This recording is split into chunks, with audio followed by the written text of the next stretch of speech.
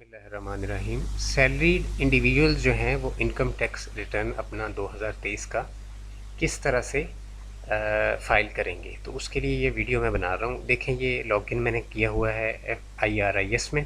आप लॉगिन कर लें। इसमें यहाँ पे डिक्लेरेशन आ रहा है ऊपर, इसके अंदर जाके तो ये सेंटर में आ रहा है salary return for individual wizard view tax year 2023।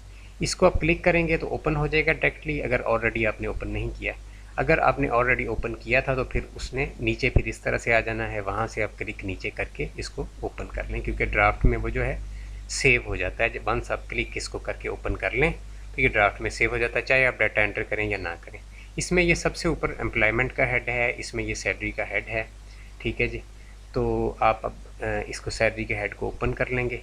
इसमें देखें सबसे ऊपर जो है पे वेजेस या अदर कोई रीन्यूमरेशन जो आप रिसीव कर रहे हैं वो आप एंटर करेंगे। 1009 इसका कोड है। ठीक है, इसमें एरियर्स ऑफ सैलरी भी आप इंक्लूड कर सकते हैं। टोटल अपनी ग्रॉस सैलरी के अंदर एरियर्स ऑफ सैलरी जितने मिले हैं वो भी आप ऐड कर सकते हैं।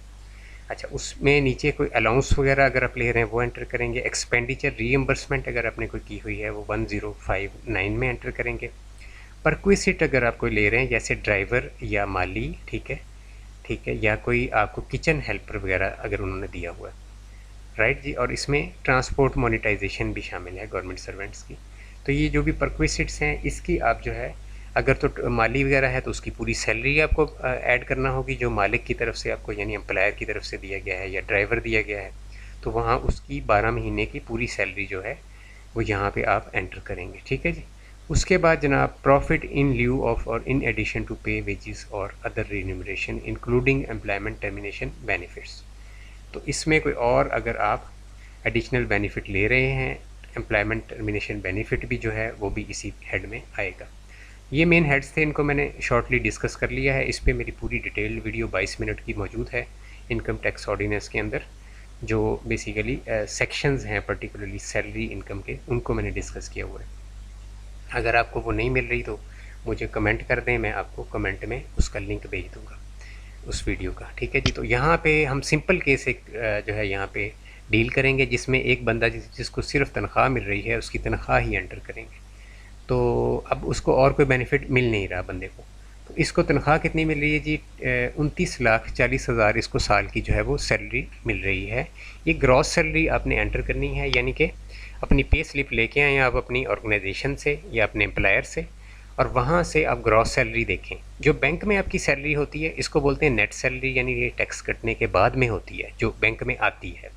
तो स्टेटमेंट से आप काइंडली सैलरी ना देखें, उससे फिर गलत आपका सारा जो है सिस्टम हो जाएगा, यहाँ पे गलत डाटा एंटर हो जाएगा। आपने अपनी सैलरी अपनी जो पे स्लिप है उससे निकलवाएं और उससे देखें कि ग्रॉस सैलरी टैक्स कटने से पहले की। ठीक है, ग्रॉस सैलरी क्या होती है? टैक्स कटने से पहले की सैलरी। उसको आपने यहाँ पे एंटर करके कैलकुलेट का बटन प्रेस कर देना है ताकि ये सेव हो जाए, और ये आपकी सैलरी जनाब ग्रॉस सैलरी ऐड हो गई। उसके बाद टैक्स चार्जेबल पेमेंट्स में आप जाएंगे और राइट साइड से ही आपको नीचे जाना पड़ेगा। इसके अंदर एडजस्टेबल टैक्स का एक टैब है, यहाँ पे आप जाके पर्टिकुलरली अपना सैलरी का जो टैक्स कटा हुआ है वो यहाँ पे शामिल करेंगे। उसके लिए थोड़ा सा नीचे गया हूँ तो ये हेड है सैलरी ऑफ एम्प्लॉई का। यहाँ पे टैक्स आपने एंटर करना है, पहले अमाउंट एंटर करनी है।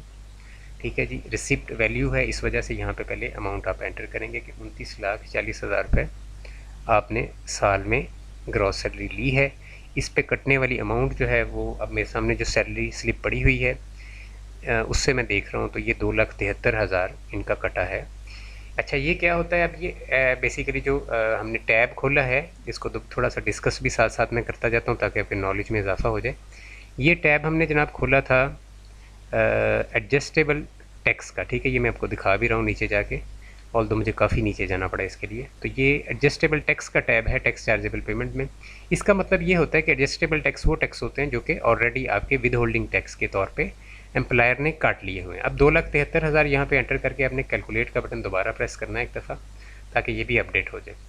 ठीक है जी, अब ये अपडेट हो गया। अब आप इसको देख सकते हैं। अगर आप कैलकुलेट का बटन प्रेस नहीं करेंगे तो ये अपडेट नहीं होगा। दोबारा नीचे जाएंगे और सबसे टैक्स चार्जेबल पेमेंट्स में सबसे नीचे कंप्यूटेशंस है, इसको आप ओपन करेंगे। कंप्यूटेशन ओपन हो गया, अब दोबारा ऊपर जाना होगा तो ऊपर आप जाएंगे तो ये देखें इसके अंदर आपकी टैक्सेबल इनकम 29,40,000 आ रही है, क्योंकि अभी हमने राइट नाउ एक ही इनकम यहाँ पे ऐड की है, कोई और तो ऐड नहीं की। और इस पे tax chargeable 2,73,000, normal income tax 2,73,000, ठीक है जी। और इसमें अगर आप थोड़ा सा नीचे आते हैं तो अब आपको नज़र आ जाएगा कि जो हमने एडजस्टेबल टैक्स में अमाउंट डाली है वो भी यहाँ पे शो होगी। ये देखें, ये वो कह रहा है कि ये आपकी अमाउंट जो है ये ऑलरेडी काट ली गई है टैक्स की मद में। ये कौन सी अमाउंट है? विद होल्डिंग इनकम टैक्स है, ठीक है, यानी जो आपके एम्प्लॉयर ने आपका टैक्स ऑलरेडी काट लिया था इनकम टैक्स की मद में, तो ये वो है। इस वजह से अब नीचे अगर आप मज़ीद जाते हैं तो यहाँ पे एडमिटेड इनकम टैक्स, यानी एडमिटेड से मुराद होता है जो पेएबल होता है, वो ज़ीरो आ रहा है आपका। इसी तरह रिफंडेबल जो है, यानी जो आप वापस ले सकते हैं, वो भी ज़ीरो आ रहा है। इट मीन्स कि आपके एम्प्लॉयर ने सही टैक्स काटा है। तो मोस्टली केसेस में एम्प्लॉयर सही टैक्स ही काटते हैं, ठीक है जी। इसके बाद आपने क्या करना है? वेल्थ स्टेटमेंट को ओपन करना है, एक्सपेंसेस को ओपन करना है, और एक्सपेंसेस के अंदर आपने क्या करना है कि अपनी जो है जो टैक्स आपका कटा है 2,73,000 का, उसको आपने 7052 कोड के अंदर जाके एंटर कर देना है, ठीक है जी। 2,73,000 रुपया यहाँ पे एंटर होना है। ये लाजमी आप किया करें, ये बहुत सारे जो लोग हैं छोड़ देते हैं जो रिटर्न फाइल करते हैं, ठीक है। यहाँ पे आप एंटर करके कैलकुलेट का बटन दोबारा प्रेस करें ताकि ये अमाउंट अपडेट हो जाए, ये भी अपडेट हो गई, ठीक है, आपके एक्सपेंसेस में शामिल हो गई। अब आप जाएँ जनाब अपनी रिकॉन्सिलिएशन ऑफ नेट एसेट में और वहाँ पे जाके अपनी इनकम जो है ऐड करें। अब ये टैक्स हमने पहले इसलिए एंटर किया है कि यहाँ पे भी हम ग्रॉस इनकम ही शो करते हैं, तो इस वजह से यहाँ पे आप जो है रिकॉन्सिलिएशन ऑफ नेट एसेट्स में अपनी इनकम डालेंगे। Income declared as per return for the tax year subject to normal tax 7,031 इसका कोड है। इसमें जाके आप 29,40,000 जो है वो मुकम्मल ऐड कर दें, 29,40,000, ठीक है जी। ये अब इनकम ये मैनुअल ऐड करना पड़ती, खुद से ये आगे मूव नहीं करती, इस वजह से मैंने आपको बताया। इसको कैलकुलेट करेंगे। अब ये दोनों चीज़ें हमने ऐड कर दी, इनकम भी आगे हम ले गए इसको और टैक्स को भी आगे ले गए वेल्थ स्टेटमेंट के अंदर, ठीक है जी। तो ये दोनों चीज़ें मैनुअली आपको लेके जाना होती, ये खुद से मूव नहीं करती। अब ये आगे, अब इसको आप एडजस्ट कर लेंगे अपने एक्सपेंसेस के अंदर, ठीक है। और नीचे जो है ये टैक्स आपका आ रहा है कि जो अब एक्सपेंसेस के अंदर ऐड हो चुका है, ठीक है। बाकी एक्सपेंसेस आप ऐड करेंगे, अपना जो अपना अकाउंट बैलेंस है उसको अगर इंक्रीज़ हुआ है या कैश बैलेंस अगर इंक्रीज़ हुआ है उसको इंक्रीज़ करके अनरिकनसाइल्ड अमाउंट नीचे ज़ीरो करेंगे, और उसके बाद जो है आप इसको सेव करके कुछ दिन आप देखेंगे कि सही मैंने फ़ाइल किया है, दोबारा एक दो दफ़ा चेक करके फिर सबमिट आप कर देंगे, ठीक है। लेकिन इसमें एक और चीज़ जो रह गई है जो कि 2023 के रिटर्न में बताना बहुत ज़रूरी है, वो ये है कि जब आप एसेट्स अपने ओपन करेंगे तो उसके अंदर एक प्रॉब्लम ये आएगा आपको कि एसेट्स जो स्टार्ट वाले हैं वो यहाँ से गायब कर दिए गए हैं, ठीक है। ये देखिए, ये जो एसेट्स हैं residential property, commercial property, industrial property, ये सब यहाँ से गायब कर दी गई है। तो ये अब देखें पिछले साल वाली भी मेरी नहीं उठा रहा, ये आपकी भी नहीं उठाएगा। तो इसके लिए आपने जनाब जो है दोबारा से हमें एक नया हेड जो है वो बेसिकली बनाया गया है। मैं आपको दिखाता हूँ क्या हेड है वो। टैक्स चार्जेबल पेमेंट्स को अपने दोबारा खोलना है, उसके अंदर नया हेड इसी साल में डाला गया है, ठीक है। वहाँ पे ये एसेट्स जो हैं ये कैपिटल एसेट के नाम से ये टैब है, इसको आप ओपन करेंगे और यहाँ पे आप जो है एसेट्स अपने ये सारे जो हैं इनको इंक्लूड करेंगे।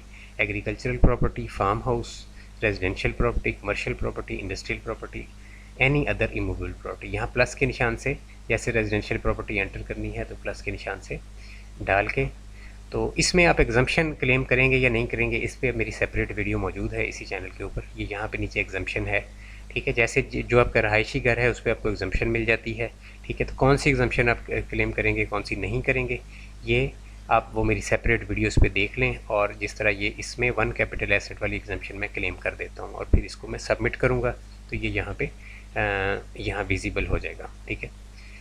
यहाँ पे नीचे जो है ये एक सेपरेट कॉलम बनेगा, उसके अंदर ये विजिबल हो जाएगा, ठीक है जी।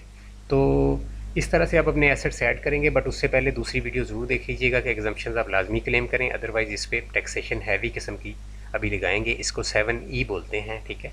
तो एग्जम्पशंस जो आपको मिल रही हैं जैसे रेजिडेंशियल प्रॉपर्टी की, कमर्शियल प्रॉपर्टी की, एग्रीकल्चरल प्रॉपर्टी की एग्जम्पशन 3 तो आप अवेल कर सकते हैं, इसके अलावा भी आप अवेल कर सकते हैं। बहुत सी एग्जम्पशंस हैं, 10-12 हैं टोटल। तो ये टोटल वीडियो थी, ठीक है जी।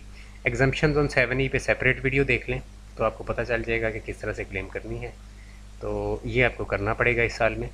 बाकी चैनल मेरा ताहिर महमूद के नाम से है, ज़रूर इस वीडियो को लाइक और शेयर करें अपने दोस्तों के साथ, अपने व्हाट्सएप ग्रुप्स में। ठीक है जी।